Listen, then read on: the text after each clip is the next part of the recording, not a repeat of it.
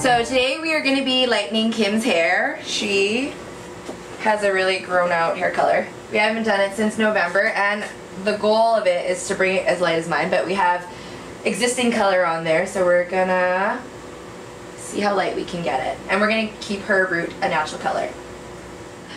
Because we have the front, it's already pretty blonde, I'm gonna leave that out of the section. I section it again from her part so that I can mirror whatever's happening on either side.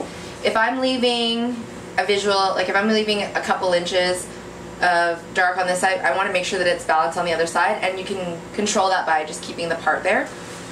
And then the back is divided just down the center. Kim is not letting me cut her hair today, so I did add some Continuum into my formula, Schwarzkopf Blonde Me and 20 Vol and Continuum. So how I'm gonna start the foiling in the front. I'm gonna stop over here so you can see. So I'm gonna take horizontal sections.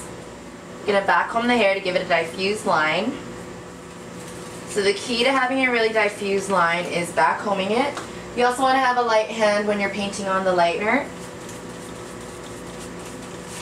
I'm gonna lighten it right up to the blonde. We can lighten the blonde afterwards, but we don't want it sitting on there for too long.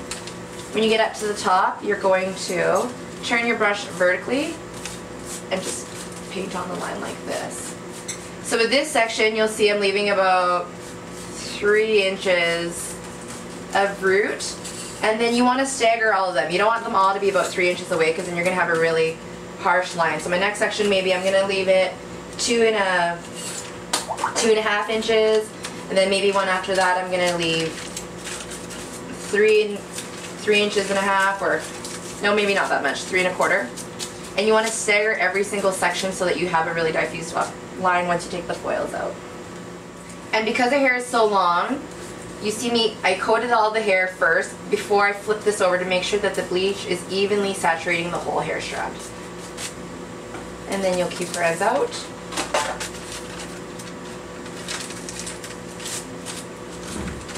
And then you're going to continue this foil pattern all the way up the head and repeat it through all of the quadrants.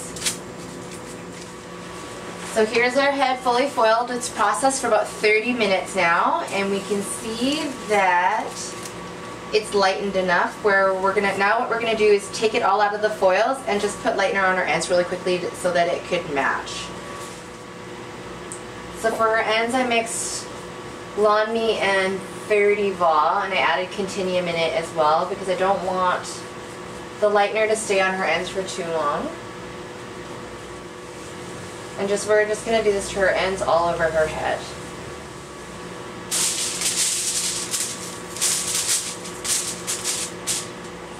So here we have her dried out. You can see that the ends are still a touch darker than up here. So we're going to tone it all down to an 8.